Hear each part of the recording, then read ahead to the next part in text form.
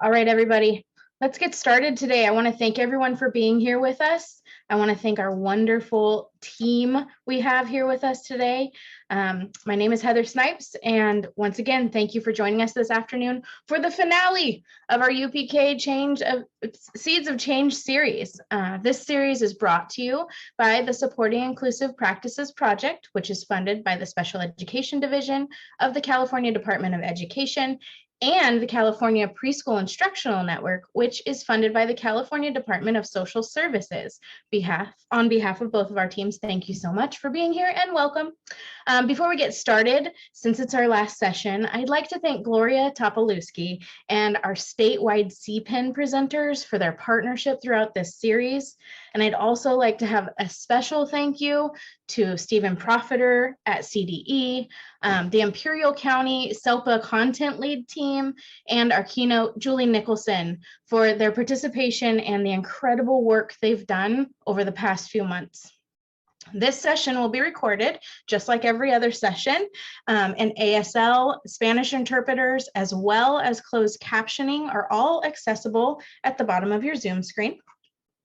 And like all of our previous sessions as well, please use the chat, please contribute. We love hearing from you. Today's session is chock full of interactive opportunities, so your contributions to the conversation are invaluable. Session reflections and all resources from this and every session are on the Padlet. And that link for the Padlet will be entered into the chat multiple times throughout this session. And you'll also see the Padlet QR code right here on your screen right now. The Padlet is also the place where you can find instructions on how to get a certificate of completion, if that's something that you need. And I just, as always, like to remind us that as dedicated educators and inclusion accomplices, we thank each of you for maintaining a community of kindness and understanding during our time together today. And now, without further ado, I'm going to hand it over to Dr. Julie Nicholson and our incredible panel of experts to get us started with today's discussion. Thank you, Heather. Thank you to the entire SIP team, CPIN, everybody who's on the panel, and all of you as participants. We are just so excited. We've been counting down for this time. We're so happy you're here. And I just want to take a minute to say what a phenomenal series this is. I'm so proud to be in a state and working with this beautiful community that commits to work that is this important, this urgent, and this courageous. So it's such an honor to be here. Here's our schedule, what you can expect for today, for the next 2 hours. We're going to start with some heartfelt narratives in introducing ourselves as a panel, as we did the first time. Then we're going to take just a minute. I'm going to just go back and kind of remind us about some of the themes and ideas and things that came up in the opening keynote. And then I'll shift to Heather, who's going to share with you a beautiful word cloud that she and her team created that kind of reflects back some of the big ideas and takeaways people had from all of the sessions in between the opening keynote and today. And we're going to start our conversation, and I'm going to introduce what format we're going to use. It's called a Kiva panel. Some of you might be familiar with it and others may not, but it's an equity approach to hearing people's voices, to honoring our ways of talking about things and knowing and participating. And then we'll have some time for questions. We love, as Heather said, how this group and every single one of the series I've seen in every session, you light up the chat, you light up those reactions. We love seeing the screen with all those things flying by. So participate. Your voice, your agency, your presence is so important to us, and it makes this really valuable for us to teach and learn together. Okay, let's go to the next slide. So to have us kind of come into our collective Zoom room here together, we're going to go one by one and just ask, we asked each panelist to choose a photo that had personal and professional meaning to them and reflects, or something that they associated with the feelings, the concept, the experience of inclusion and belonging. And so we'll have them share what they would like about the photo they chose, and then just tell us briefly a little bit about who you are in the field, how you serve young children, families, and the workforce, supporting them. So let's start with Mitchell. Good afternoon. What an exciting agenda there, Julie. Thank you so much. Thank you for inviting me to be a part of this phenomenal group. And I'm looking forward to be thought partners with everyone today. So the picture in front of you was a gift from my very first supervisor when I entered the world of ECE 20 years ago. So about 20 years ago, my partner at the time and I decided to adopt our first child. So we received him when he was only 3 months old. He's actually turning 20 tomorrow. Where did the time go? This was my first job out of college. And my boss, um, and my first boss in the world of ECE, and Dr. Lawanda Wesley know her well too. She came into my office with this beautiful print and said, she always called me Mitchell Ha. And I'm like, when you call me that, am I in trouble? So she goes, Mitchell Ha. Being a father is a huge responsibility. And I know you'll do that baby right. I remember that because she was such a compassionate person, and being a gay man in a field dominated by women, I feel like she adopted me into her world. So I always remember her. I always remember her words, and I thought that was such the most profound thing, and I still remember today. So coming to Hayward Unified School District, this is my third job in the past 25 years I've been in the field. So wherever I am, this picture is right in front of me. So I'm in my office right now, and the picture is right in front of me, hanging on my wall, to remind me that there are wonderful and kind people out there who supported my family, even when the world back then, 20 years ago, was not ready for two dads to raise a baby. So why did I share this? Because even 20 years ago, inclusion matters. So that's why I've been doing this work. I've been supporting this work, promoting this work. This is my 9th year in Hayward, and I love what I do. We serve around 800 preschool children and around 80 infant toddlers. I work for the district, so it's an LEA run program.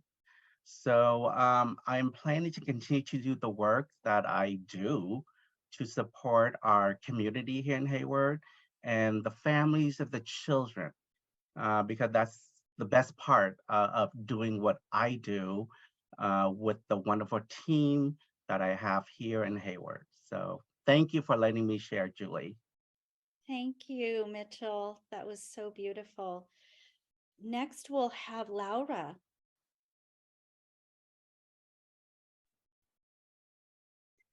Hi, everyone. I'm so happy to be here as well. Echoing what my colleague just shared, it's just such an honor to be here with everyone.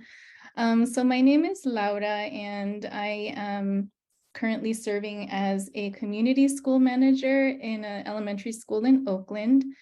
And my journey as an educator started when I was a very young person, myself struggling to find a sense of belonging as a dark-skinned immigrant child of a Mexican family in a community that was dealing with a lot of violence and systemic neglect. And I remember as a child not really seeing myself reflected in any of the curriculum or books that I was learning about in school. And there was a big separation between my family life and my school life. And so as an educator, I really strive to bring my whole self with children and with our families so that they can see that who they are is exactly who they need to be, you know, that they don't need to be any different and that they're perfect just the way they are. And the picture that I chose to share here is a reflection of that journey of reconnecting with my ancestral roots and a lot of sacred knowledge that has been lost over generations of colonization and pain that a lot of Mexican immigrant families experience. And just being the first in my family to be born and grow up in the United States meant that I had to pioneer. I was the first of a lot of things. And learning about my culture and my roots and having a spiritual practice that was validating and honoring my ancestry is what has carried me through to today. So I just wanted to share that. This is a picture of us after a dance ceremony in Alcatraz, a sunrise ceremony honoring just the years of resistance of many Native communities in the South and in the North coming together as a way of, you know, culture being as a way of resistance as well, reclaiming our heritage. So thank you all for the warm welcome and looking forward to hearing from everyone. Thank you, Laura, for sharing your story and your photo. That was so lovely. Geneva. Hello, thank you. We are barely through introductions and I'm already in all types of feelings. Thank you to those who went before me. That was really beautiful and touching. I have not had the opportunity to meet all of our panelists. So even though we are coming together for the first time, I feel like I want to just give everybody a big old group hug. So my name is Geneva Shaw. I am tuning in today from the beautiful homelands of the Wiyot peoples, located on the very northern coastline of California and Humboldt County specifically. I am very honored and privileged in that I live and exist in the place that my ancestors have always existed since the beginning of time. I'm an enrolled member of the Hoopa Valley tribe. I also descend from Karuk and Yurok peoples along the Klamath River. And again, just privileged to be in this place that is my ancestral homelands in and around Humboldt County. My professional background is a little bit different in that I am a social worker. I have been, doing social work for, going on a couple decades now. More specifically, I have been teaching in the social work department, primarily in our graduate program at Cal Poly Humboldt. And my direct service work has largely always been in and with tribal communities as a provider and administrator. I also work for an organization called California Tribal Families Coalition, where we do policy and legislative work, as well as legal representation, supporting tribes, as well as high impact litigation. And my role specifically as the training and curriculum development director. And our work is really centered around increasing compliance in the California child welfare system associated with the Indian Child Welfare Act and the disproportionate representation of Native American children in foster care. Most recently, too, this last year, we embarked on a journey with the California Department of Developmental Services to increase outreach and education in tribal communities, as well as with the systems of, at the state level and regional centers, to increase awareness of what, developmental disabilities are in and with tribal communities, as well as what regional centers do, and help to kind of bridge the gap, the service gap between DDS, regional centers, and tribal communities as an underserved population, really focused on the early intervention and early start work. So in addition to all of that professional work, I want to share with you a bit of the story behind this photo I have selected.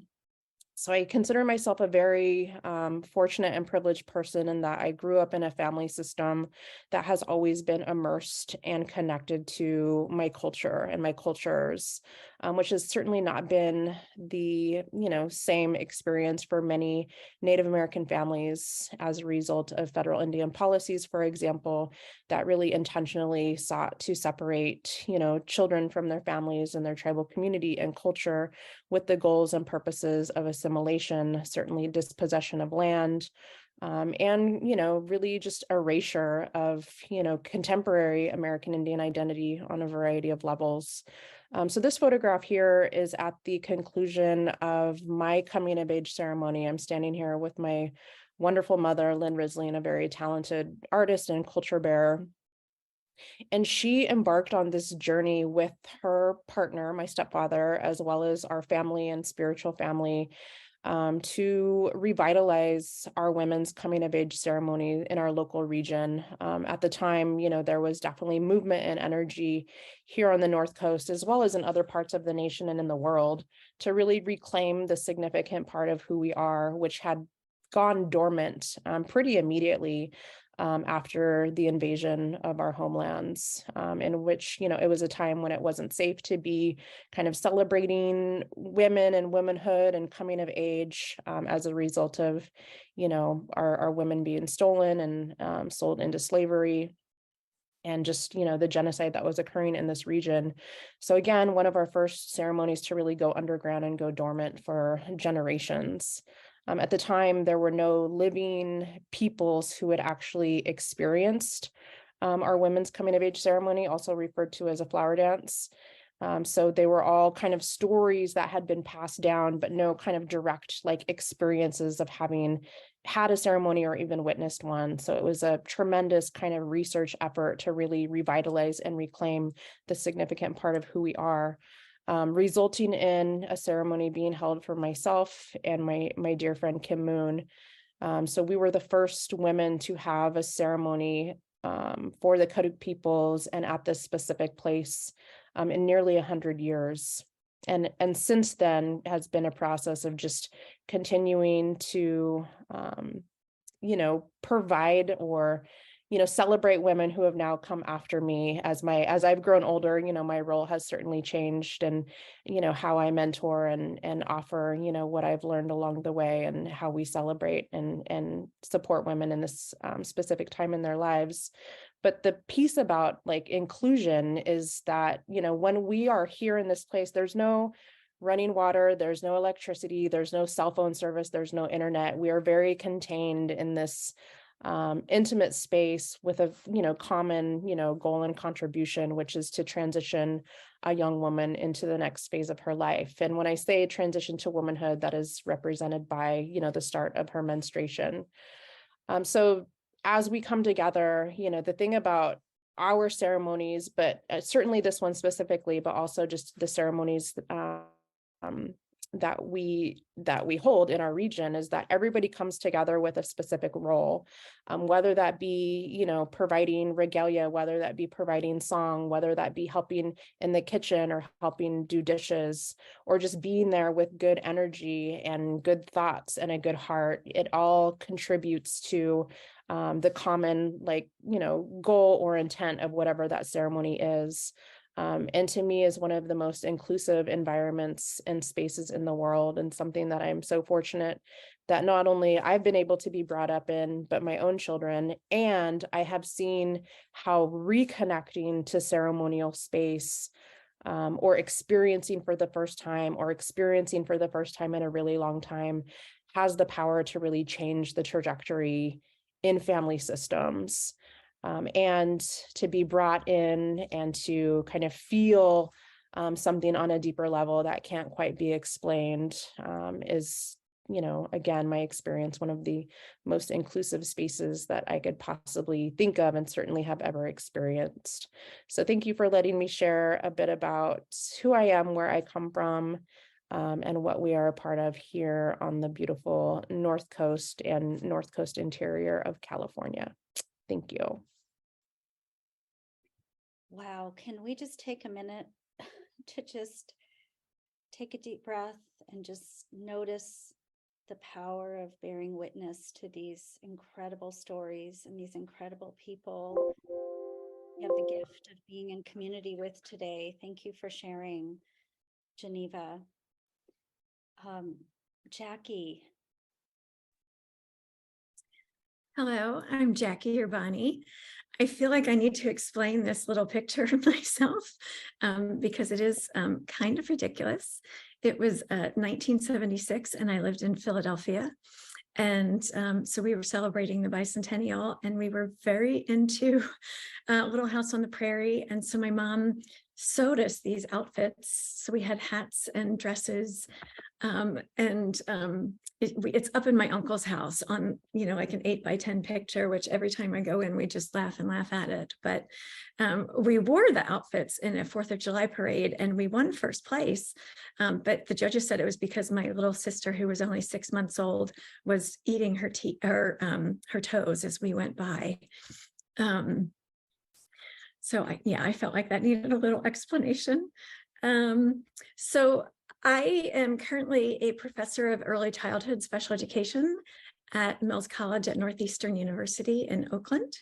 And I started my career, Mitchell, I beat you by a decade. I started my career 30 years ago in Philadelphia, Pennsylvania. And I taught at the Pennsylvania School for the Deaf. So I used American Sign Language as the language of my classroom. I became very aware as I was teaching that I was in a very, I was a white person in different cultures, in multiple different cultures. Most of my students were African American. My students were all deaf and were part of the deaf community. And so I have this experience from being a teacher of who am I in this space and how do I honor the students who are here with me and not privilege who I am. And I must say to Heather and Sip that I'm so happy to see the diversity in all of the presenters and these beautiful stories they're sharing. And 10, 20 years ago, this would have been mostly white people presenting. And so I'm glad to say that I am the only one. And I'm very glad to be here. This picture is representation of a sense of belonging. And this was the first time I had seen my family during the pandemic. I hadn't seen them for 15 months. It's the longest I've ever gone not seeing them. My husband and I went, they're all in Portland, Oregon. We surprised them for, it was my niece's 16th birthday and she was having a very difficult time with shelter in place. So we surprised her. And when we got there, she burst into tears and said, "Thank you for coming to be with me." And my mom was adorable in that she was just so surprised and kept hugging me and saying, "Oh my God, you're here," and then pushing me away and looking at me and saying, "You're here," and then bringing me back into a hug. And so it was, I realized, as I think many of us did during that time, how a sense of belonging is really important and how being in connection with people is what causes us to thrive. It helps us thrive. And so being apart from people that I loved for such a long time, it was a relief. And it was almost like that experience where you're able to just exhale, that you've been holding so much stress for a while. So that is my story. And thank you for letting me join today. I look forward to this conversation and learning with and from you all. Thank you, Jackie. And you saw everybody said that they really loved your picture. So thank you for sharing your pictures, your stories. It's wonderful to have you here. LaWanda Wesley. Hi, everyone. And I'm going to bring myself closer with my really tricky camera. It is so good to be in company with all of you. I am LaWanda Wesley, and currently I serve as the Director of Government Relations for Child Care Resource Center, where we serve over 50,000 children in Northern Los Angeles and all of San Bernardino County. But my work actually started much earlier than that. I started as a preschool teacher, preschool administrator, before and after school director. I've done almost every age group except infants and toddlers It's been my love, but I do come with the intersectionality of multiple identities. I am a daughter of Oakland, California, and was raised by Black Panthers. I also come with the intersectionality of, I would say, being a foster youth for the first 10 years of my life and always trying to figure out where I belong. But when I think about the accumulation of the deep roots of Oakland, California, and the deep roots of being raised by Black Panthers, that being my mother, my aunts, my uncles, it brings me a sense of pride that it informed my direction in the field that I decided to go into, because I realized some of the harm that some of our children were facing. So when I went to Chico State, I decided to major in early childhood education. And I decided that after a year thinking about computer science. And so when you look at the photo that's in front of you, I decided to join a sorority that was civically minded and engaged on the education field. And so Sigma Gamma Rho sorority was founded by 7 school teachers, and they were founded during a time when it was at a predominantly white institution at Butler University, where they had to walk by the KKK clan to go to school at a predominantly white institution, and knowing that in the 20s that wasn't really allowed, but the few that were, it was a challenge. So when I joined the sorority, it had a focus on youth. And so we put on youth symposiums, we talk about race equity, we provide, we have a program called Souls for Little Souls, where we provide shoes for kids who are without shoes.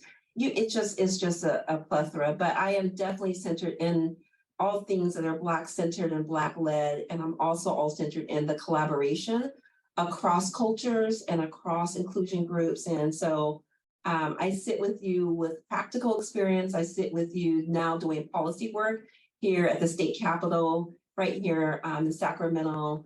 And these beautiful women are my tribe. They hold me up. They make me feel rerouted. When I left Oakland in the 80s, I went to Chico State, again, a predominantly white institution. I felt alone. I felt sad. I felt unrooted from my Oakland roots that birthed and raised me, both complicated and beautiful. And so these women, I've known them for over 30 years, and they hold me to this very day. And I get emotional thinking about it. So they are what centers me in my daily work, but also external to my work every day. So it's good to be in good company with all of you. And I'm just ready to get in some good trouble and think about how to support our children with inclusion needs. And I will say one thing: when I was with Oakland Unified School District just a year and a half ago, we had an inclusion grant, and that grant can only go to an LEA.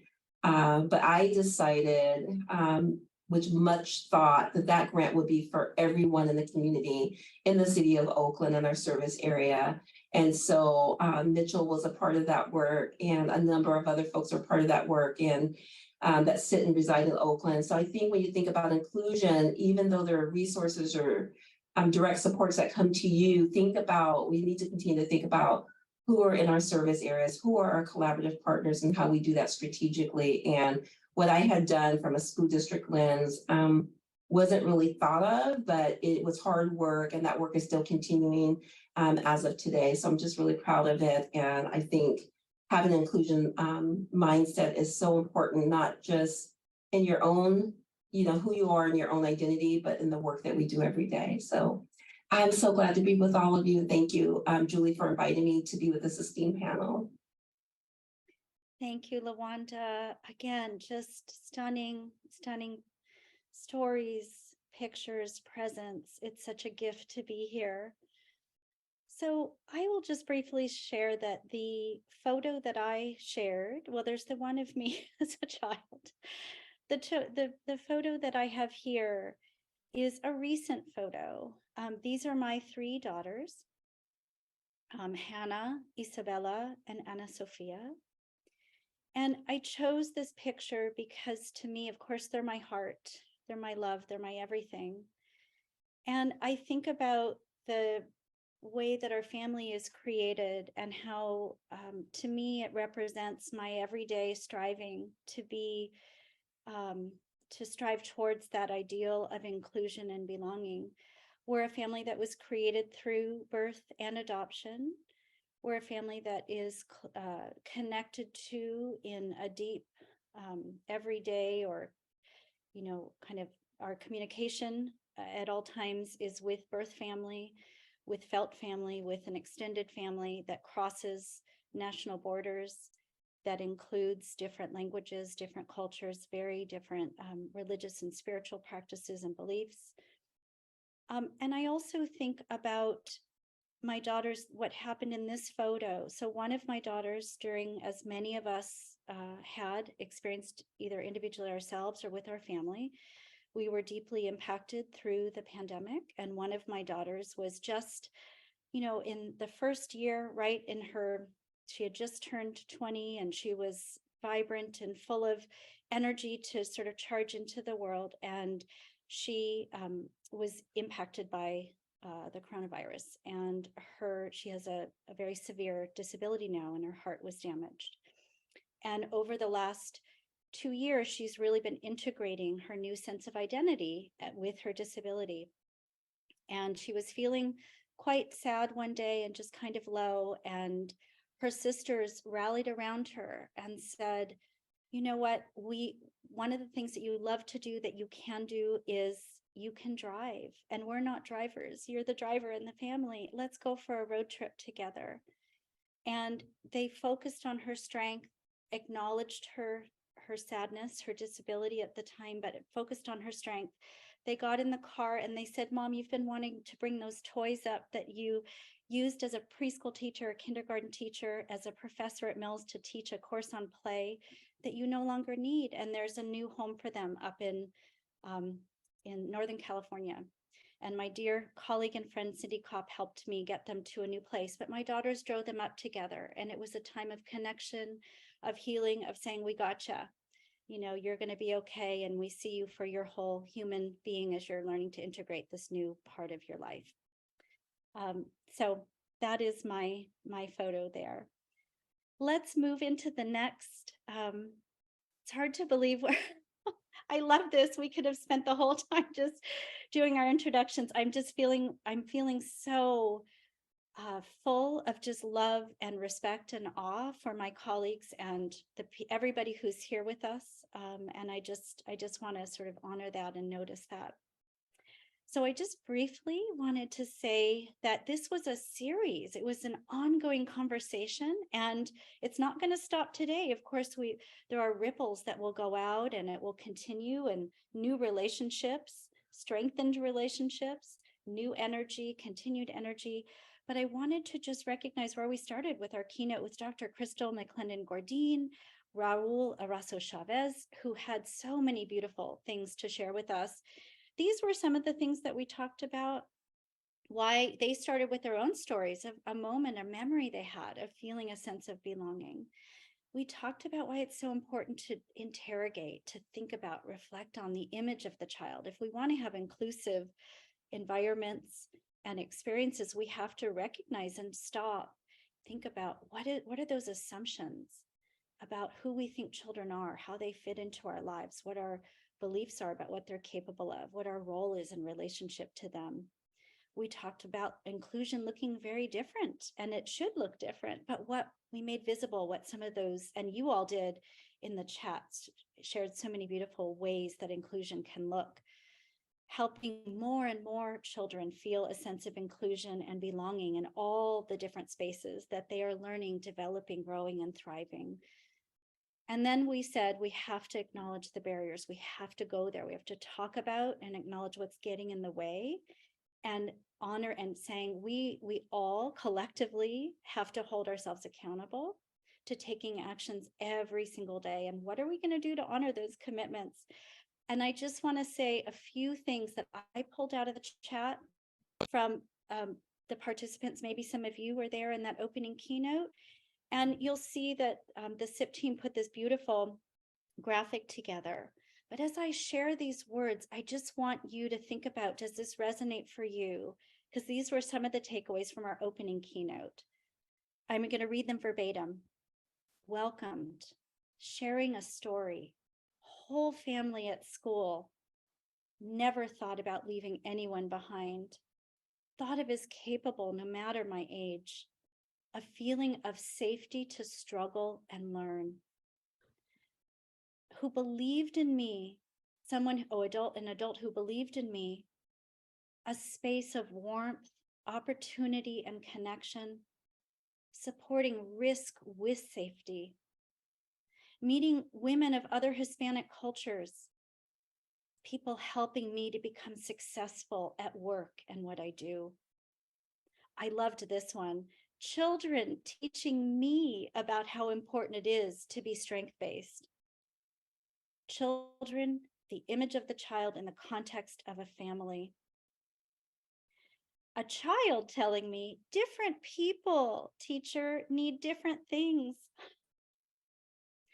I'm driven to do this work by my son. We need to make necessary changes to our system. And inclusion is giving a voice, a safe place, and a sense of belonging to all.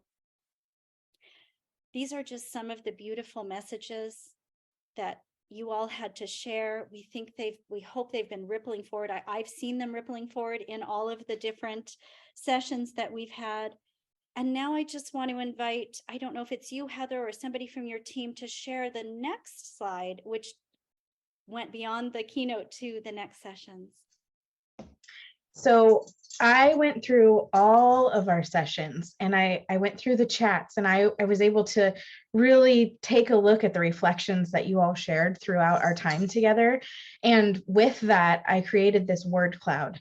And the things that you see here are the types of things that you will see in any high quality setting, right? And I think that the biggest thing that we can take away is that intersectionality and how important it is for every person to feel and be recognized for who they are deeply, and the many different things that they are. And I think that having the word seen and accepted and loved as the three that came up as the most is really the best message that I could have ever given from this whole series. This is what we want. This is how we want our kids to feel in every space and place that they occupy.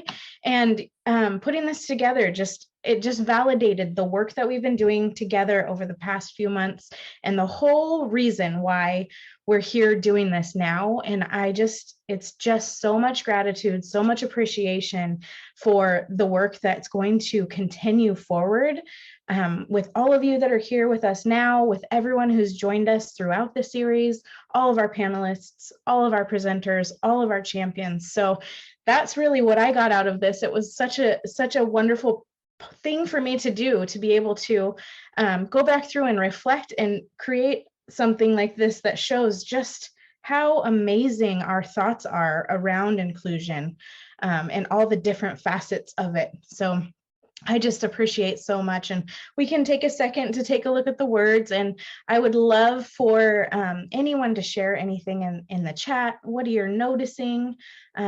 What's really capturing your attention? What's capturing my attention is the appreciation of intersectionality within inclusion, both here throughout the entire series and through the stories that we heard today. So I really just have to say thank you to everyone. And I think that Julie is going to get us started in our Kiva panel now. Okay. Oh, I just love that. I agree, Kristen. We need a poster of that. Just like Mitchell has his beautiful photo in front of him, I feel like I'm going to blow it up and put it behind me or in front of me so I can see it every day. Okay, so here we are. And you'd wear it as a t-shirt too. I love that.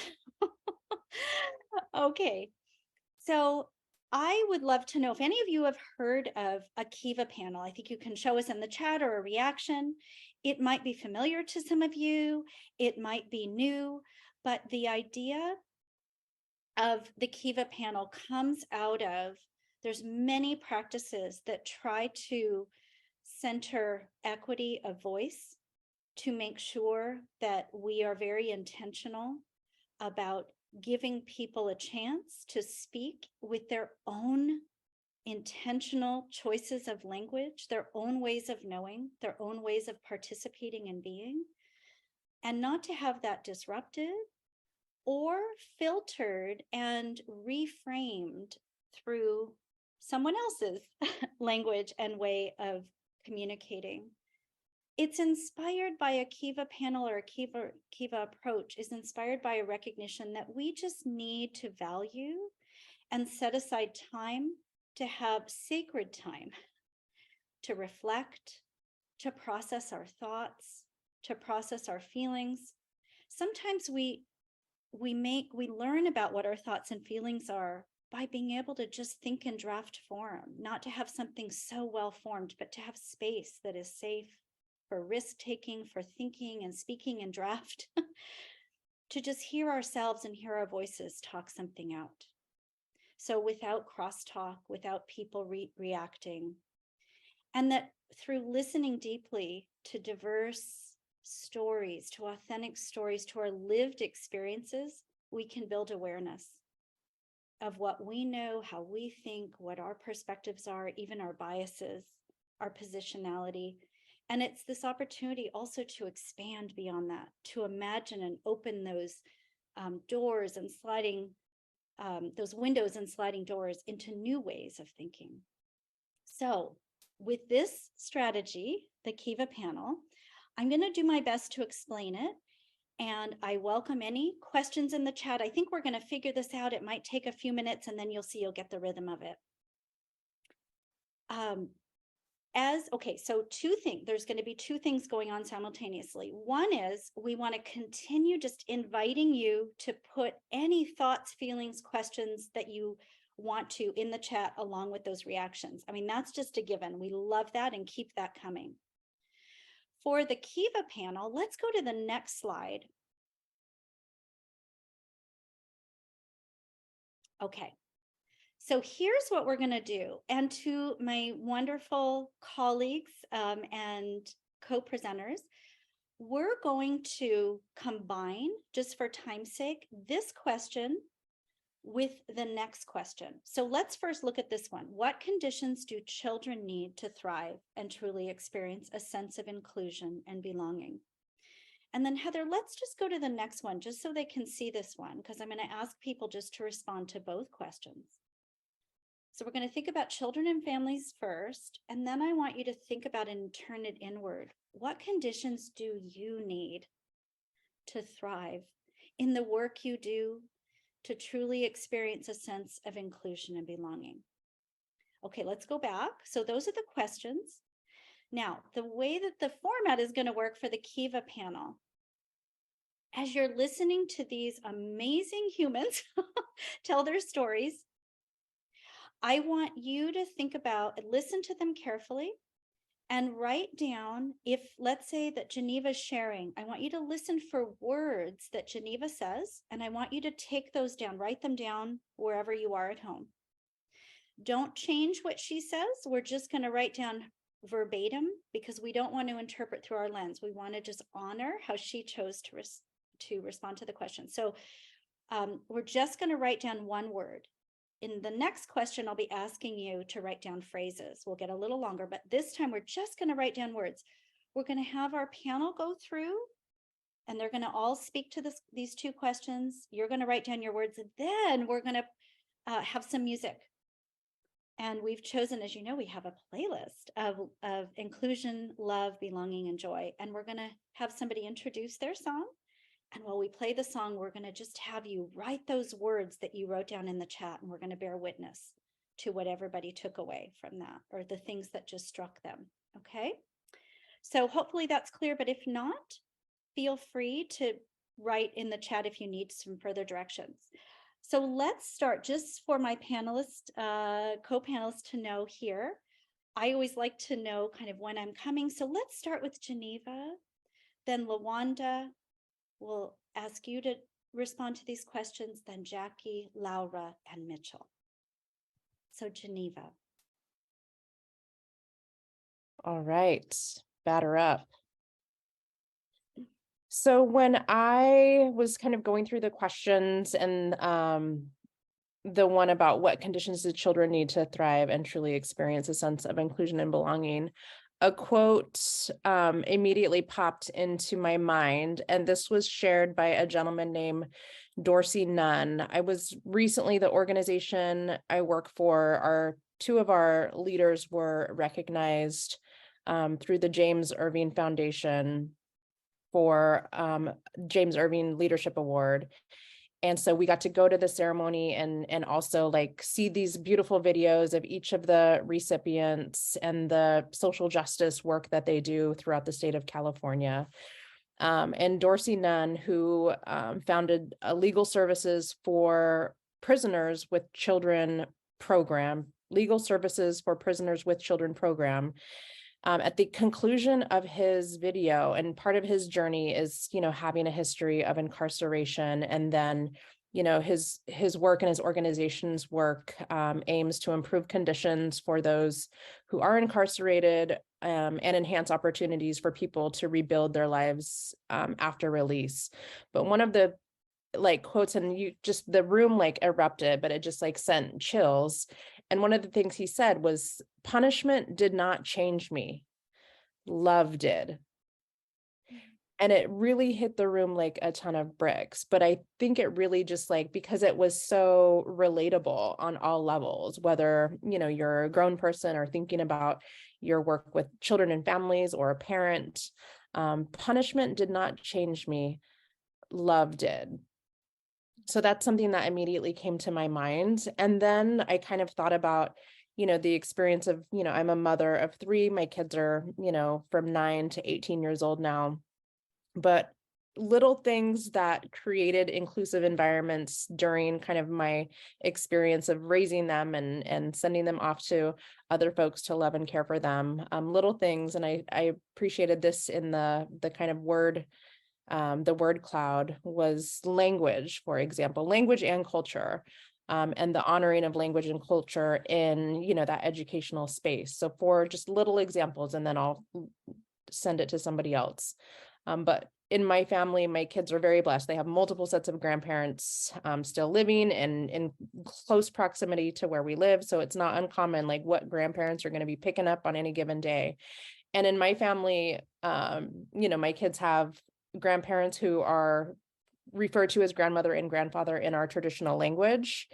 And then they also have an abuela. I mean, they have all of these different ways that their people are, referred to. So one thing that I've always appreciated is throughout all of from, preschool on through is that, their grandparents, their keet and their coot, which is the Koduk word for your maternal grandmother and grandfather, all of their educators, all of their care providers always learn and refer to their people by their people's names, right?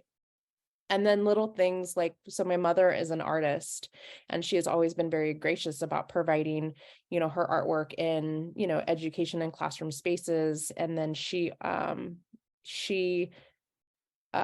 illustrated 2 books that are very specific to the littles. One is called A is for Acorn, and it's all about California Indian imagery. And the other is Coyote Goes to Big Time. And those have had a, consistent presence in the classroom, in their classrooms and in educational spaces as they have existed and my kids have grown. So I appreciate the openness of bringing in, who families are to share and not only honor who those specific kids are, but to share with all children and all families in those educational spaces. Thank you.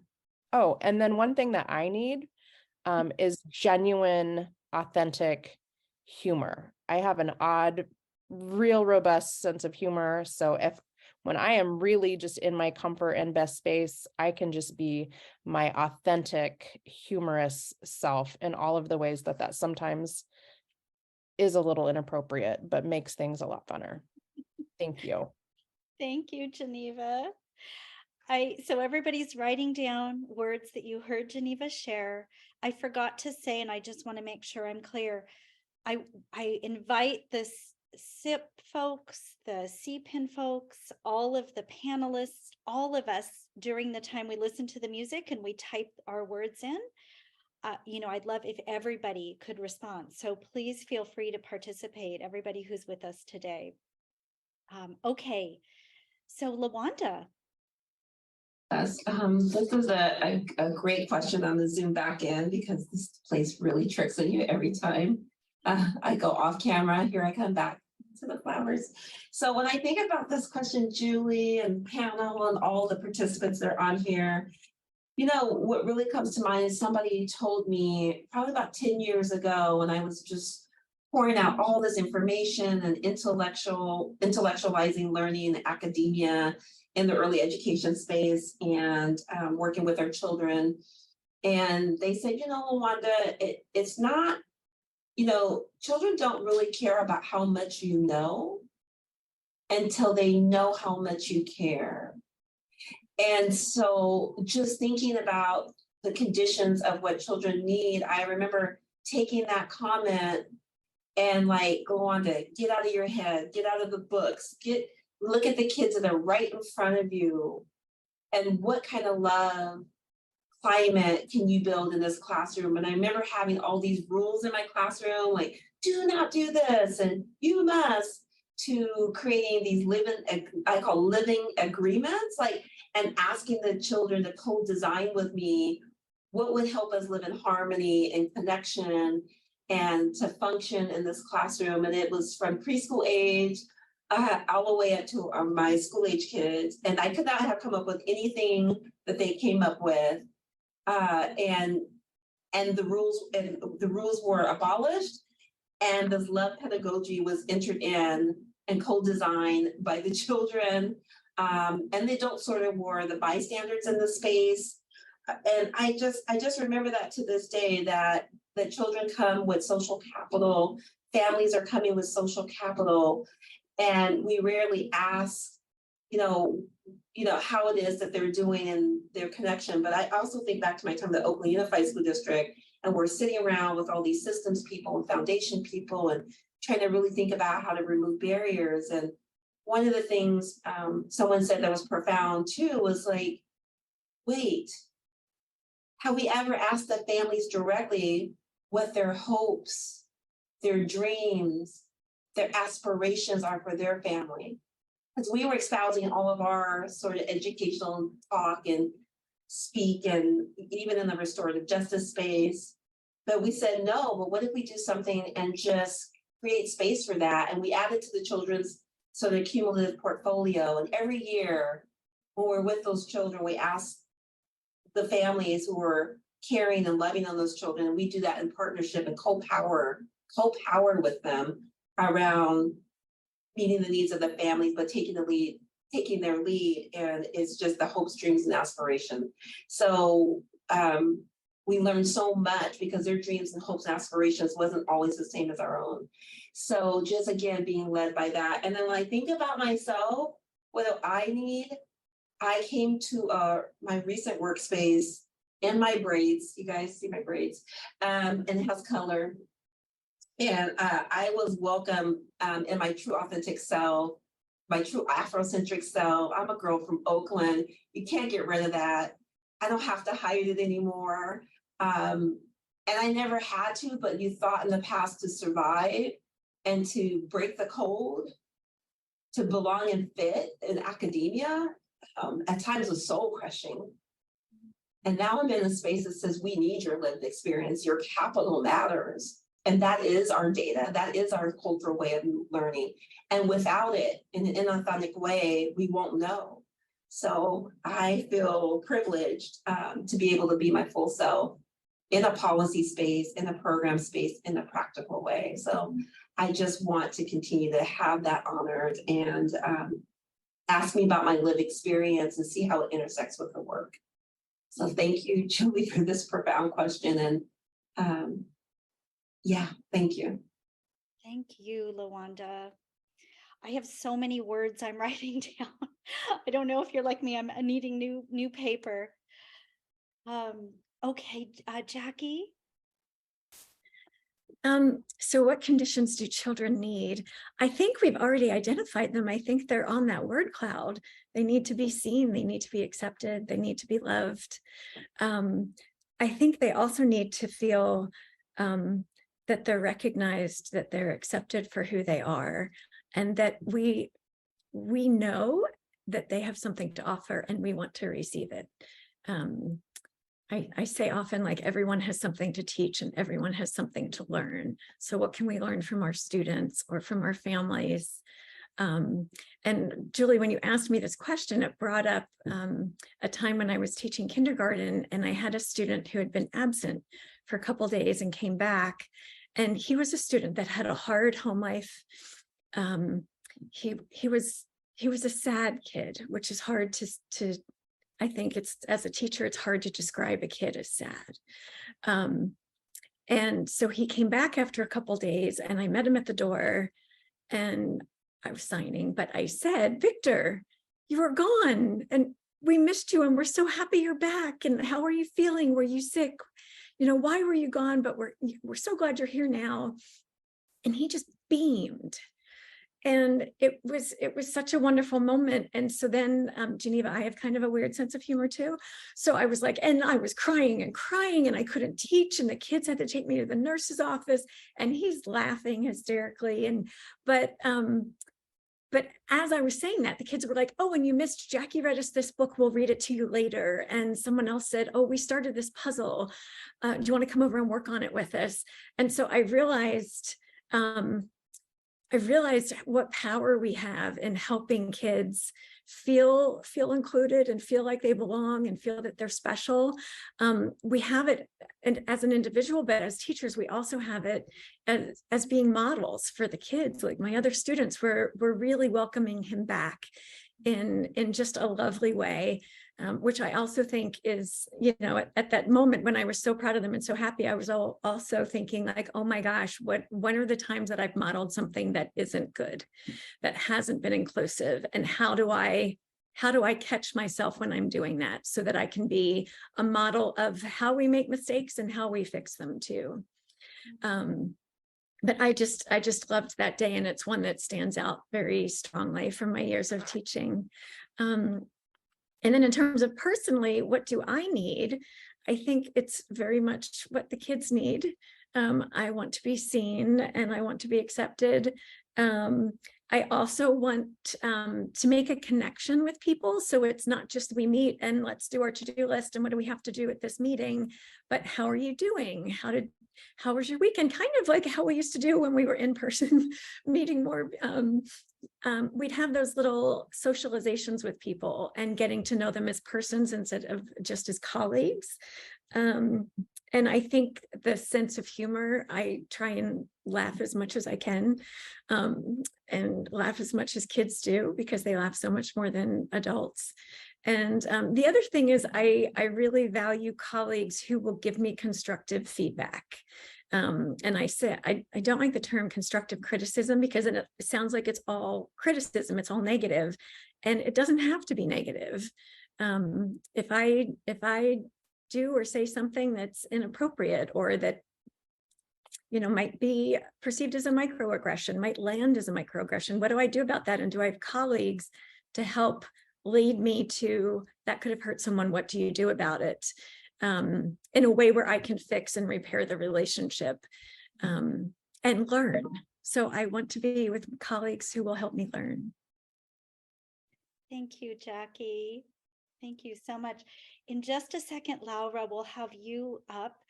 I just want to take a minute to say thank you for the interpretive services, and that we have so much support here, and the signing.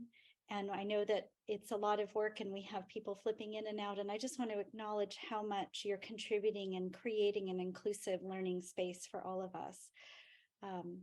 Okay, Laura. Oh my goodness, I just resonate with so much that has been shared by my fellow panelists. Yeah, some of the things that was coming up for me with what conditions our little ones need is, I was really thinking about love, right? And like breaking down what that is. And, what really came up is like what children need. And this is what my own children have taught me. I'm a mother of a 9 and a 13-year-old. So I'm in the trenches with our families too. Is that, what they need is adults who are self-aware, who are reflective, who are practicing humility, who are listening. Like oftentimes as grownups, like we have an agenda, right? Like we got to get this done. Like, whether it's at school, like we got to get you to class, you got to learn, you got to do this. Or as parents, right? Like, we got to get out the door, go to school, all these things.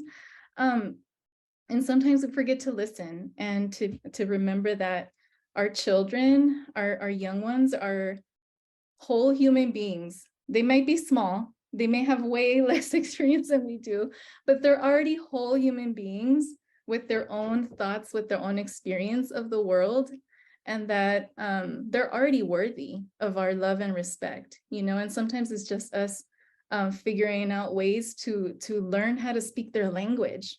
And to remember what it was like to be their age, to be brand new to the world, brand new to being in a body, brand new to being around peers, brand new to like, and then you add all the other layers like language and systems and institutions that are so different from their family environments. Then depending on where they grow up, so different from their communities where they're at, right? So that's what's coming up for me is, and also like children need us to be consistent, not one thing, they get a different louder when I'm in a bad mood, they get another louder when I'm in a good mood. Like they just need us to be consistent is another thing that I've learned, is what helps build a felt sense of safety and trust. And I do also believe that children need us to trust them. That, one of the teachings of indigenous traditions that I've been on this path learning is that the meaning of the circle is like everyone has a space in the circle, and of course we're all different, and we're not, me and a 3-year-old are not going to be the same because I have way more responsibilities, I have way more experience, but at the end of the day we all belong in a community. We already all belong. There's a place for everyone in that circle. And the way I talk to children, when they're like not listening or some, misbehaving or whatever, is, I remind them like, I'm responsible for you, I'm responsible for you, for your safety, but it's also my job to make sure that you're having a good experience, that you're enjoying learning. And if that's not the case, then it's my job to find out why and do something about it, right? Like we don't want our children to suffer in these institutions of learning. We want them to enjoy learning. We want them to associate learning with joy. And I think part of what the work that I feel I do on a day-to-day is we're a lot of us are healing a lot of harms that institutions of learning have caused over generations in many communities, where many of us grew up in public institutions, like not feeling seen and not feeling like we belong. And so here we are, like I can only speak for myself, but I feel the resonance with my fellow panelists that we're really doing this healing, deep healing work of creating spaces where we all belong. So I just wanted to share that. And what I need myself, I think I also just need I need space to think. Sometimes I work in a public elementary school, and it's like so much going on all the time, and it's really hard to get a space to just think. I need colleagues who can have fun together too. So I resonate with what Lawanda and Jackie and Geneva shared. We need to laugh together. Laughter is medicine, and a genuine sense of connection and community. Thank you, Laura, so much. I think you see for all of you, there's so many hearts flying up. I hope you can see that in different reactions. Okay, Mitchell, We're looking forward to hearing. Wow, I can just say ditto, and then we move on to the next questions. I mean, collectively, it was just beautifully shared by everyone, and wow, my first thought when I hear Geneva said love and punishment from that video that she saw, it took me right through love versus discipline. When we tend to go to discipline, and then I heard someone say, if my discipline doesn't feel peaceful, take it off the table. So often we're in the classroom and we see staff go to discipline. So for me, that stick with me as a teacher, as an administrator. So what condition do I need to really thrive? So for me, I think we all want to belong. We all want a sense of belonging, just like families. They want to belong in the communities. We want to belong in the communities. Children, they want to belong in order to learn and grow. And then as teachers, we all want to feel connected to families, connected to children, connected to each other. So my commitment, my ask is that we all need to commit to put people first. People first is more, it's more than just a language that we use, it's an attitude. So we all need to have this attitude that people come first.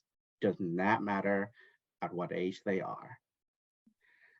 And I was in the classroom the other day, and a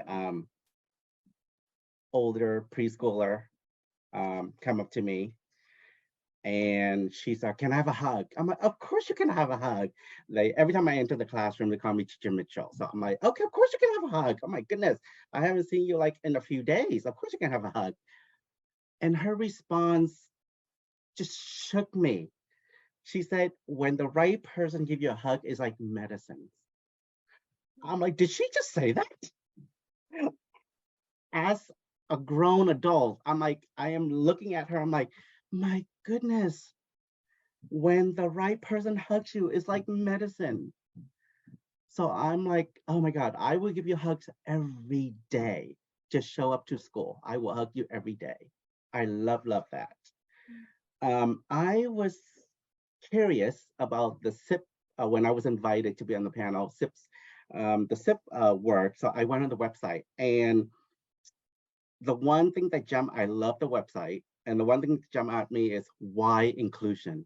It was such a simple question. And the answer was because special education is a service, not a place. What a simple and beautiful thing. And it's every child, every human being's right to be in a space where they feel that they're part, they belong to a community, they belong to that classroom. They occupy that space for a reason.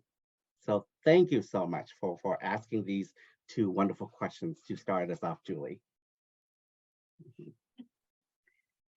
Wow. Wow. Okay, everybody. Let's take a deep breath together and just let all of that amazing wisdom, that beautiful lived experience, it's just phenomenal. Just kind of circle around you for a minute. And here is where the power of a Kiva panel comes in. In a second, Laura, I'm going to ask you just to say, 30 seconds on the song you chose and why you chose the song you did for our Spotify, our playlist on inclusion and belonging. And we're going to play the song, and I'll go off camera. We'll just kind of let the chat light up. And we're going to listen to the song. This is a good time to stretch and, give yourself a little regulation break, but also just put words in and just type in words that you heard from any of those beautiful thoughts and comments of our panelists. And we're just going to bear witness to that. And again, this is all of us, everybody who's here in our community today, add words that spoke to you. Maybe they aligned, they asked, they called you in because they created a question for you, attention. It was surprising. It was, for all sorts of reasons, there were words that caught our attention. And we're going to bear witness to the beautiful way that our panelists showed up with their words, their ways of knowing, their ways of being. So Laura, tell us about this song. Okay, so I chose this beautiful song. Many of you probably heard of it. It's called La Bamba. La Bamba became popularized in the United States in the 50s with Richie Valens. And that's how I heard about the song as a kid, is when that movie came out, right? But then later, I learned that the actual lyrics of that song originated in a part of Mexico that's called Veracruz. And it's a style of music that has indigenous and African roots, and it's called son jarocho. And this particular song is like a rebel version. Actually, it's always been a rebel version of a song. The lyrics are expressing resistance of communities in Mexico, right, over generations. And this is a really fun version. I hope you all enjoy it. It's in Spanish, so it also just brings me back as a child, just fighting against assimilation to keep my language, to keep my culture. And yeah, hope you all enjoy it. Thank you, everyone. Oh my goodness, that was amazing. Can I ask, I guess this would be you, Heather, can we have all the panelists up? Spotlighted, is that the right word? So we're all up on the screen. Thank you for sharing those words.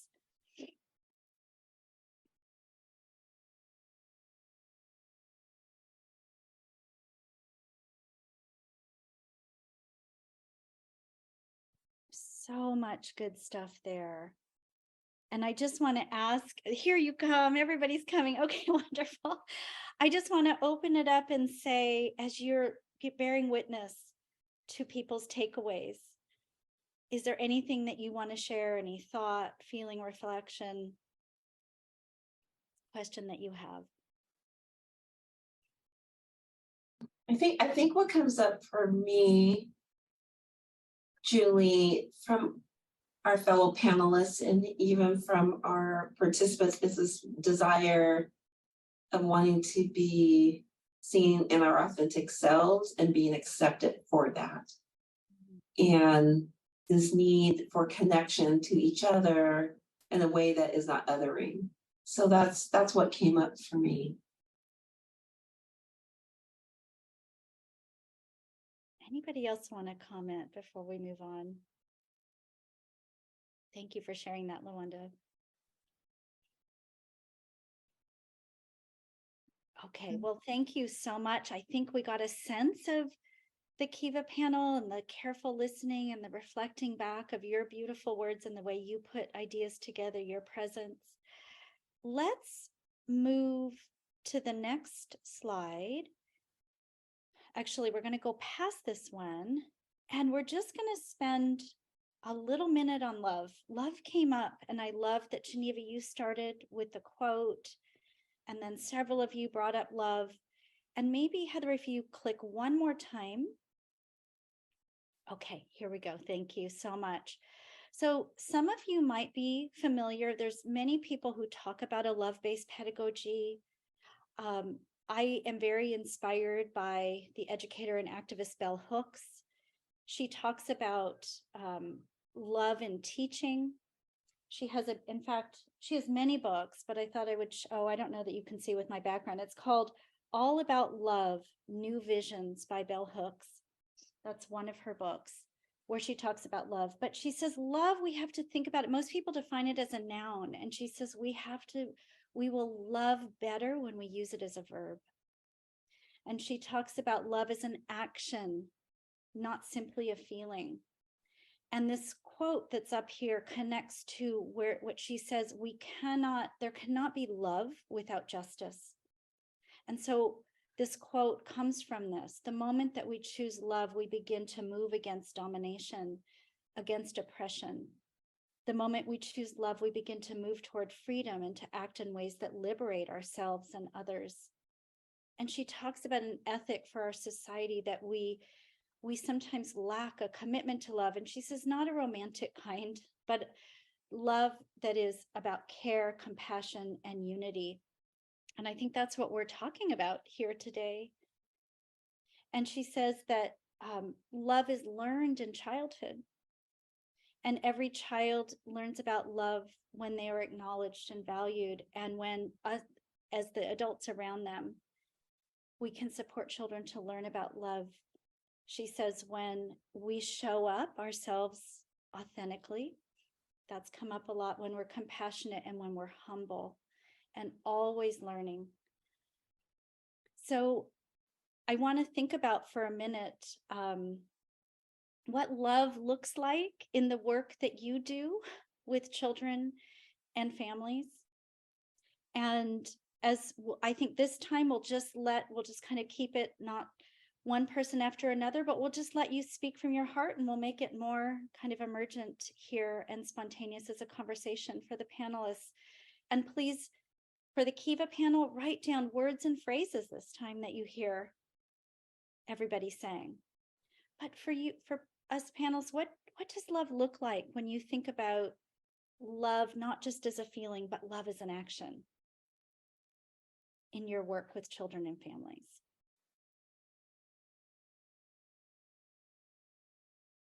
We have somebody who wants to jump in and start us off. I'll just start again. Sorry. Yeah. I've been thinking about this a lot because I've worked in direct classrooms as a teacher, as administrator, now in policy.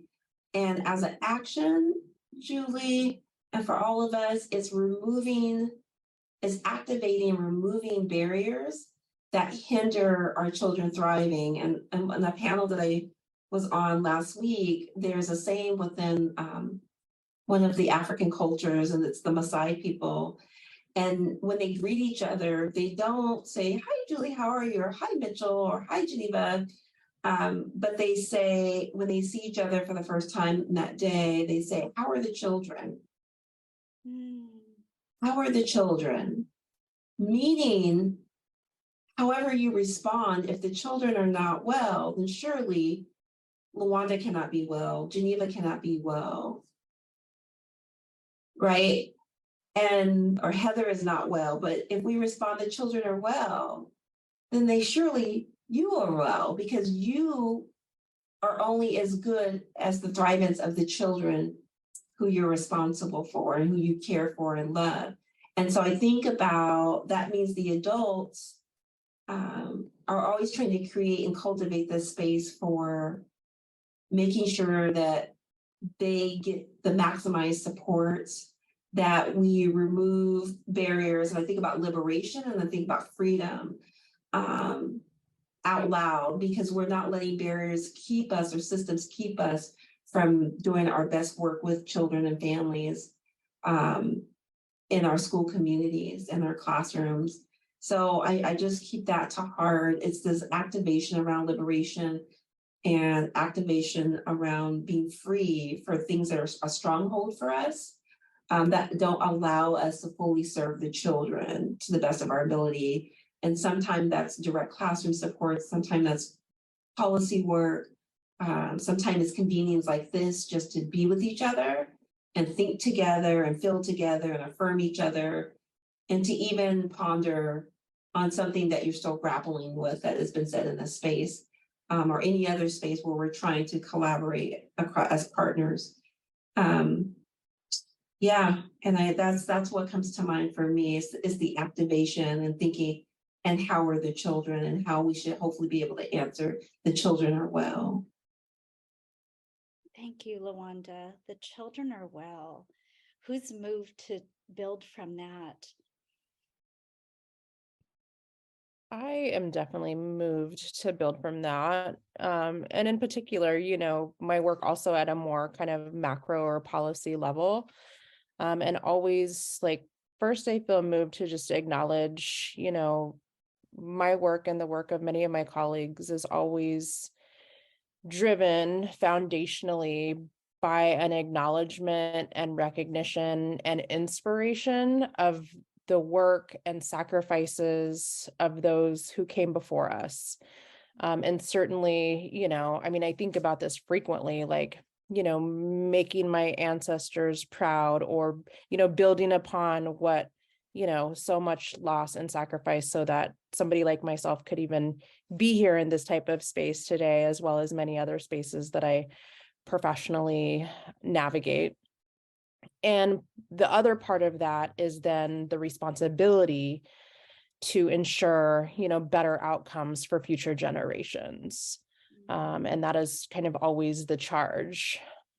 So I feel like that is very grounded in love of, you know, ancestors and future generations, but also more specifically kind of in, you know, my professional space is ensuring that, you know, Native American children have increasing opportunity to grow up immersed in or have increased access to, you know, their tribal culture, traditions, family structures, and community, which, you know, going back through the course of history was something that was, you know, systematically taken, or we, you know, there was severing, you know, that was intentional.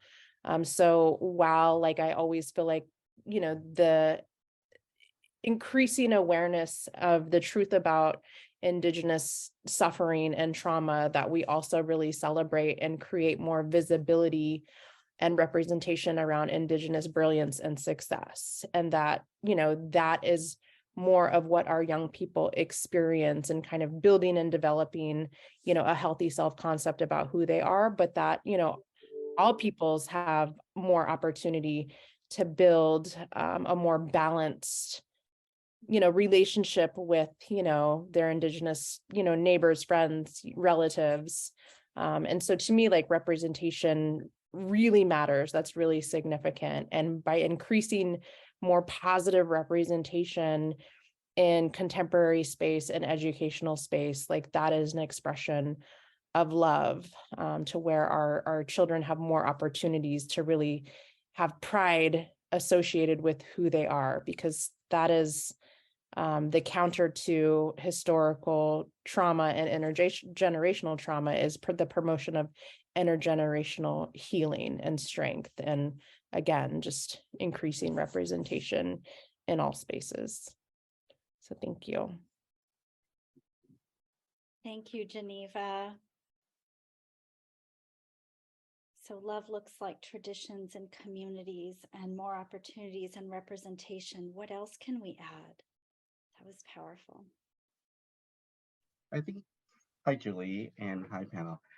I think for me, when I think of the word love, families, and children, I also want to make sure that I'm aware of the cultural context, where that child's coming from, who are their parents, and do I have permission?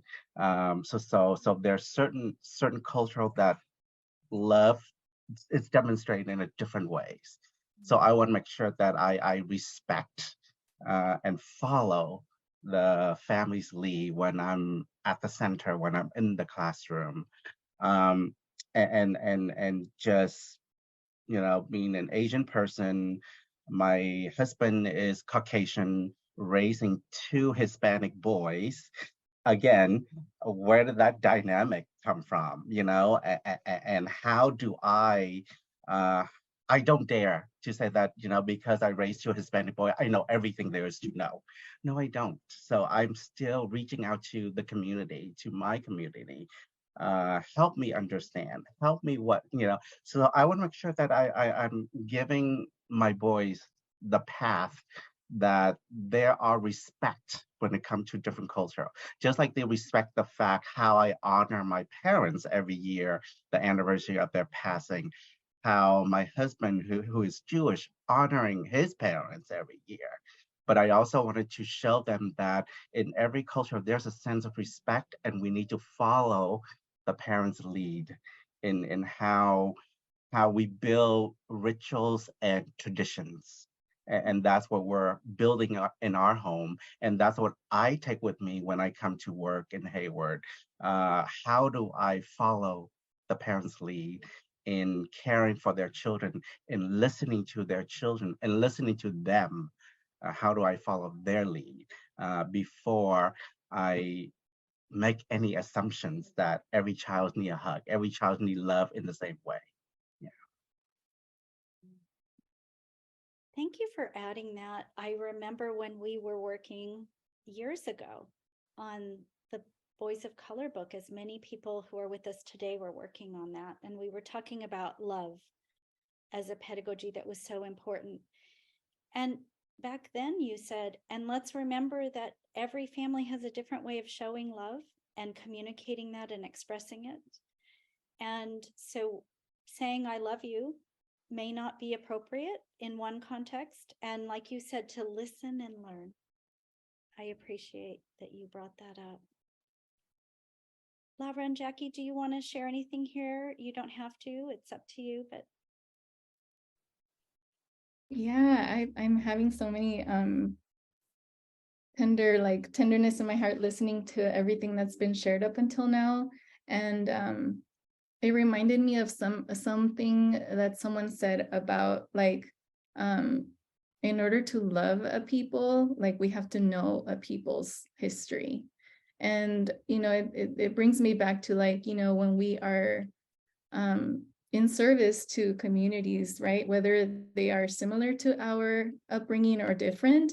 And in my case, just growing up in a working class community and serving in a working class community, just understanding the struggle of working class and poor people in this country, what it takes, what it feels like to navigate environments where there's been systemic neglect, and just loving the struggle and the resistance in that experience. Because that's such a huge asset for so many of our families. And because of all of the, because of just systems of oppression, sometimes we carry shame around these experiences, right? There's a lot of shame that I have witnessed and myself experienced around growing up working class, or growing up not having certain access to certain experiences that maybe some of my colleagues did, or having the experience that I did, as Lawanda shared, in college as first generation student, all of those experiences I still carry. And when I think about Bell Hooks's definition of love moving towards freedom and liberation, it's freedom from that shame, it's freedom from those stories that were imposed on us, and having counter narratives, like different stories about our own experiences, which is something that I'm even still now at 44 years old, learning to tell my story in a different way, and not in the way that I was taught, that I could describe myself as an at-risk youth and all these different terms that are used to describe people like me. But I choose not to do that, because it's really an experience of so much resilience, resistance, and with the trauma comes a lot of wisdom, and comes a lot of knowledge that we can continue to share with our community. So yeah, thank you for that. Thank you, Laura. I just quickly want to add that I really think teaching is an act of love. No one goes into education for the money, to have a better reputation, to become popular and famous. Everyone goes into it because they have a love of children and they want to be a service to those kids in their community. And so I want to acknowledge that for everyone who's here, that the work you do is a work of love. In terms of how my work shows love with children and families, I'm now in teacher education, so I'm working with people who will be working with the kids and students directly. And I've had the privilege of teaching a class to students about special education and about how to teach and include kids with disabilities. And I note on the first day of class that students are often very concerned and very nervous. And this actually was brought up in the opening keynote by Dr. Crystal McClendon Gordine. I hope I'm pronouncing her name correctly. But she said when she was a teacher, she was nervous. She didn't know how to include those students. She didn't know how to teach them and support them. And that's part of the problem. Like, we don't know how to reach out to some students. We have this set way of being that that we haven't been offered a different perspective. We haven't been offered different ways to include students. And I had one student after the class come up to me and said, "You've completely changed my perspective on working with kids with disabilities." And it was one of the most precious compliments I ever got as a teacher. But I see our work as advocates, as accomplices. How do we help those who aren't able to get what they need because of the oppressions that are put on them? As a white woman, I feel like I have more power to do that. And so I hope I'm doing it well. I do remember a time that when I was teaching and I took my kindergarten class, we were going to see a dinosaur exhibit. And we were all very excited. And I had one little boy who used a wheelchair. And we got in the front doors and the exhibit was on the second floor. And so I said, where's an elevator? And the gentleman who was helping me said, oh, like there's an elevator, but it's only a service elevator. So your child who's in the wheelchair can go there, but the other kids, the escalator's this way. And I said to him, well, no, like we'll all go together in the elevator. And he was like, well, no, it's like kind of dirty. So like, just send that one kid to use it and everyone else can use the escalator. And I looked at him and I said, we're a class and we all go together. And he got this look on his face and I knew he got it. And he said, he's like, oh, I'm sorry. Of course. And I said, can we all fit? Do we need to make multiple trips? He's like, no, you'll all fit. Cause my kids were this big. They were so tiny. So we all got on the elevator together, but it felt, because I was getting a little annoyed because he kept sending me and the other kids to the escalator. And I have a bit of a temper, so I really had to work on that. But I was really proud that I did work on it, because in that moment, I think he really got it. And I think he's going to look at people differently now who are in a wheelchair. And I actually told this story at another digital conference like this. And there was an older woman who used a wheelchair. And she said, oh my gosh, she's like, when I go out with my friends, that's what happens all the time. I go to the elevator and they go to the escalator. She's like, I just never thought about it because that's how it is, and how it's always been. And so I think our role as teachers and as advocates and accomplices is to try and get rid of the ways that we've always done things. How have we always done things, and how do they actually hurt some kids and privilege other kids? And how can we open that space up so that our teaching isn't just with the little kids and with their families, but it's to a bigger, broader society of how we can include people. But remember, teaching is love, and what you're doing is love, and is the most important job you can do. Thank you, Jackie. I went running. I grabbed this book that, again, I can't share the book, or maybe I can. No, with these backgrounds, it's hard to do that. So I will just share out loud. It's a book that some of you may know, it may be new to others, by somebody who inspires me tremendously, Dr. Bettina Love. And it's a book called, the title's We Want to Do More Than Survive, Abolitionist Teaching in the Pursuit of Educational Freedom. And I'm just going to read one line here. She talks about freedom dreaming, and I'm imagining in much of what has been shared, we're working for a world that we want and children deserve today, but we're dreaming also about a world that you wouldn't have somebody saying to you, your class goes to the escalator and one child goes to the elevator. She says, freedom dreaming is imagining worlds that are just, representing people's full humanity, centering people left on the edges, thriving in solidarity with folks from different identities who have struggled together for justice, and knowing that dreams are just around the corner with the might of people power. Freedom dreaming, Bettina Love. So let's stop. I know that we're coming up on time, but let's take a minute to have Dr. LaWanda Wesley tell us about your song and why you chose it. And after you've introduced that, why don't we have the panelists stay up here? But let's do one more time where we just bear witness to what people have taken away about what love looks like. You can share your words and phrases back in the chat box that you heard panelists say, but also feel free to add your own, what love looks like for you in your work with children and families. But first, before we turn on the music, tell us why you chose this song. This is one of my favorite songs, and I don't know if any of you, but sometimes I'm singing a song and I don't know all the words to it. This is not one of those songs. And it's titled, I Believe the Children Are the Future.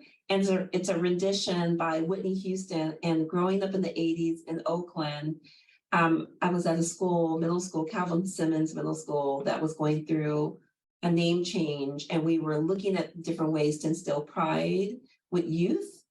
And so this is one of the song selections that our middle class, our middle high school chose. And it made us feel inspired because we were being seen and recognized as someone in a group that was valuable.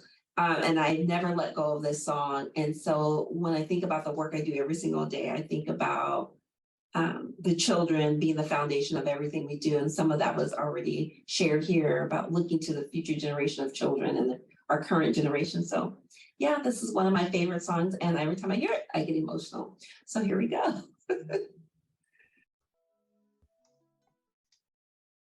Okay, I think, Heather, we should open it up and see. We have a few minutes for questions to see if anybody in our among the participants have questions for the panelists. Julie, I totally agree with you. So just like we've done in other sessions, if you have a question, you're more than welcome to raise a hand and we will be able to allow you to come off of mute. We'll also be monitoring the chat. So if you have a question for any of our panelists, you're more than welcome to put it in the chat as well. And we'll keep an eye on it and we'll ask those out loud. And if the panelists have any questions for the attendees, our group, feel free to ask those as well.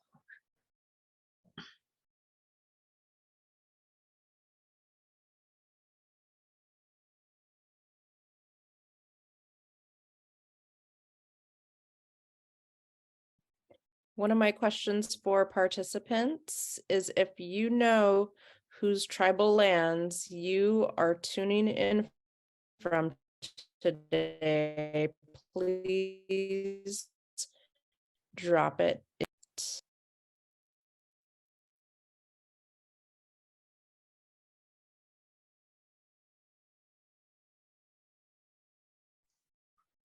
I have to share out loud that I am honored to be coming from Wiat Karuk, Yurok, and the same land that you're on right now, Geneva. And I know we have a few people who are also tuning in today from here. And it's just a wonderful, beautiful thing to be this close to our tribes and have the honor of the influence of our tribes in this area.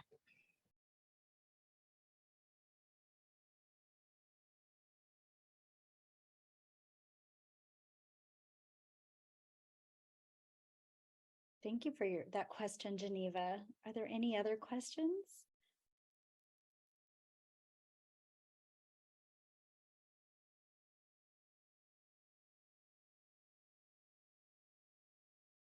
Why don't we keep it open?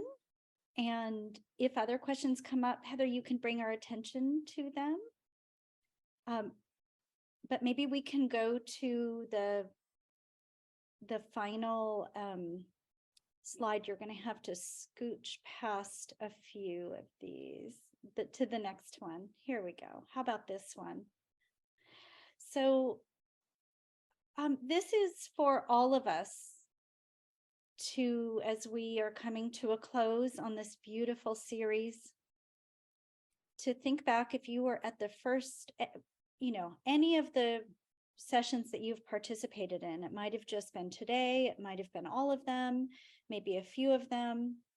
But a Kiva panel often ends by asking us to really think about how those that we've listened to, who've shared their stories in a space and time that was set aside to bear witness without changing what they said or filtering it through our own language. To ask yourself, how did hearing those stories in this time and space, how did it change me? How did it, in that emergent listening, remember from those of you who were with us the first time we talked about emergent listening, that it's different than everyday listening or listening as usual. It's a kind of listening that says we listen in a deep way and we're willing to change. We're willing to change what we believe. We're willing to change how we behave and how we act based on what we heard. And so we're going to have a song, one more song, and we just want to invite everybody to think about one or more ways in which you're different now because of what you've heard throughout this series. Okay. And we'll put on, I think we'll go to the song. Let's see. Should we do the Black Violin? I don't really need to say why I chose it. I think you'll hear it's the message, impossible is possible, is I think a really lovely way to just recognize what the work we're doing here today. We're holding ourselves accountable to change now while we're freedom dreaming into a future.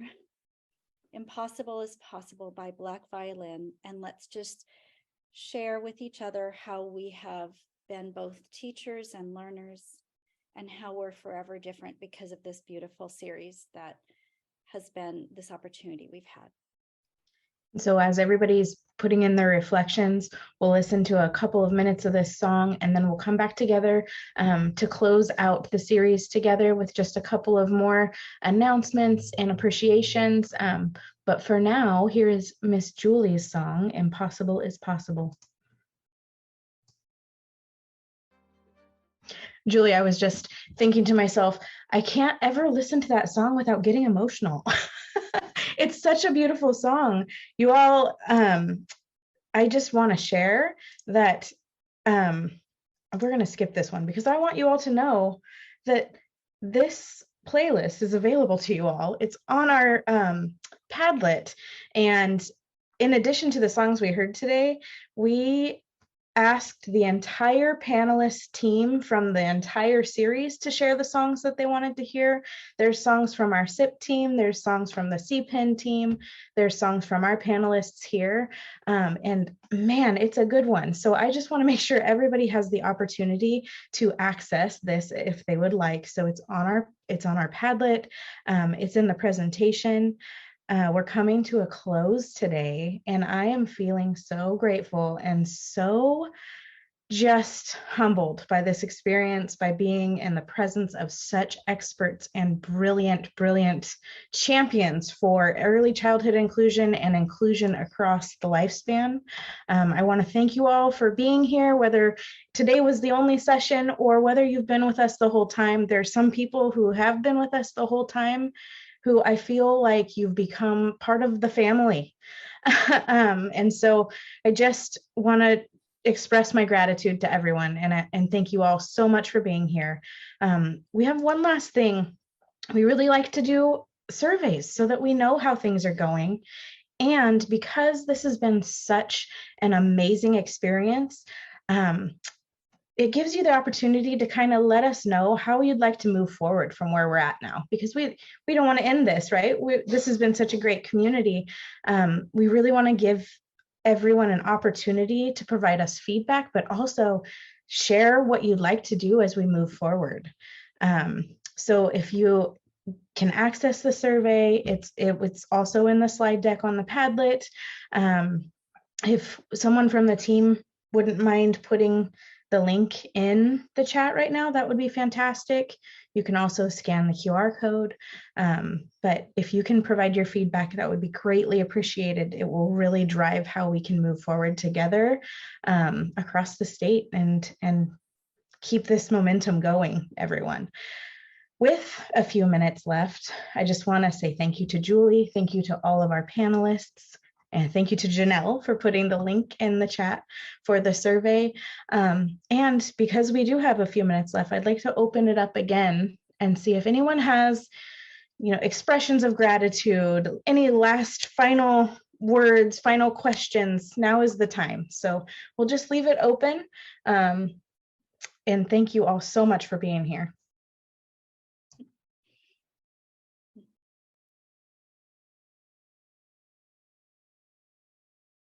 I want to thank all of everybody here who's on the panel today and our panelists from the first keynote, everybody in between, the SIP and CPIN team, and like I said, the interpreters and the ASL team. I mean, it's just been an amazing experience and such a beautiful modeling of what inclusion can look like.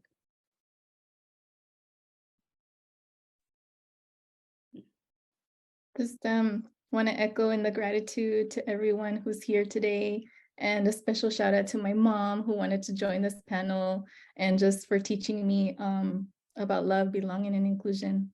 Love you, Ma. Love you, Liz.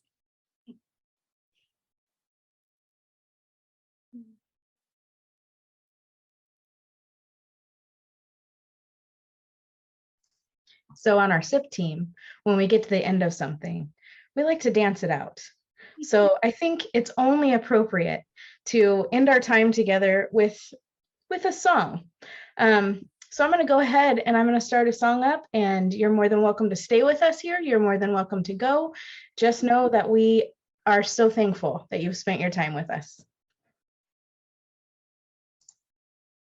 Wanda, do you want to do a 30-second call out for the Boys of Color book, just in case people have not heard about it? Oh, yes. Yeah, yes. The Boys of Color book has been released about a week and a half ago, and it's with California Department of Education, CDE Press, and I'm actually looking for the exact title, but I believe it's Creating Equitable Practices, if I'm right. And it is about a 450-page document with very, very practical supports and resources based on research, lived experiences, a combination of things. And apparently it is so widespread at this point, just in the week and a half, that folks have already gotten back to us saying how useful it is, not just here in the backyard of California, but it's being used and reviewed now by folks across other states. So exciting times. It's available, it's free, and it is in PDF. And Julie, you said it is on the Padlet? I believe so. Can you confirm that, Heather? If so, that's amazing. Yes. Here's our Padlet. Since we're here, here's our Padlet, and it is over in the CDE and related resources. Perfect. Along with the Boys of Color book, there's hyperlinks that go right along with it. They're amazing. And those are also on the Padlet because they're just so amazing.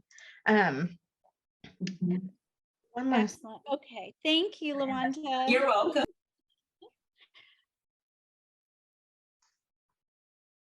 Just going to quickly put up our conference registration for our Supporting Inclusive Practices annual inclusion conference as well.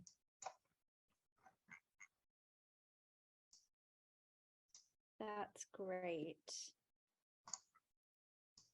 Julie, I believe there's training modules being developed for the book. They're being developed. My understanding is they're being developed right now. I don't know. Are they out already? I should know that, but I don't. I know the outline is done, and the module is going to be. We're going to start developing them in May. Oh, so you're working on that. Oh, that's amazing! Yay! Okay, and that's through West Ed. Department of Social Services. West Ed. Okay. WEDS is taking the lead. Okay. that is amazing. Well, I can't wait.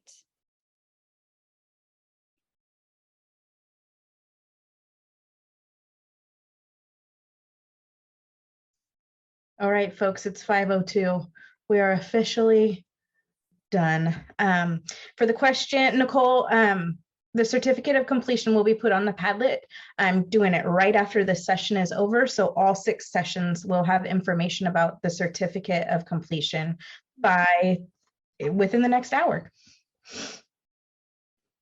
Thank you, Heather, for all that you've done to get us here today. The email, the mini training. Thank you so much. Yes. Oh, thank you all so much for being here. Yes. Yep. And Julie for leading us as always. Yeah. Thank you. Julie, you're amazing. I just feel so thankful to have my colleagues. Oh my gosh, I'm so lucky. Thank you for everybody's so busy and doing such important work, and it's just beautiful to come together for 2 hours. Like really, my heart is full. And We have to send you luck and good vibes for your finals week too, Julie. I have to leave here, go take an exam in my entrepreneurial finance class, but yes.